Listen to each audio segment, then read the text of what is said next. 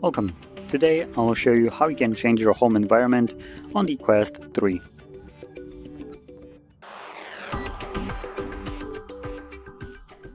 So to get started, what we need to do is open up our settings. And in here, let's just go to the main settings, there we go. And in here we want to select personalization. And right under virtual environment, which is the first default selected option, you'll find a bunch of different environments that you can choose from. Now, there will only be one downloaded by default, so you can just select install. It will download it. It's a very small file, and from there you can then select apply to the ones that you have downloaded.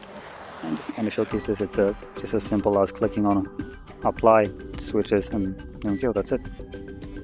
And one more thing is, I might be wrong about this, but I believe some games might also include their own environments. So for instance, things like the Asgard's Wrath, you have one that can enable.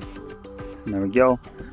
So possibly if you have other games bought, you might have more environments to choose from than I do.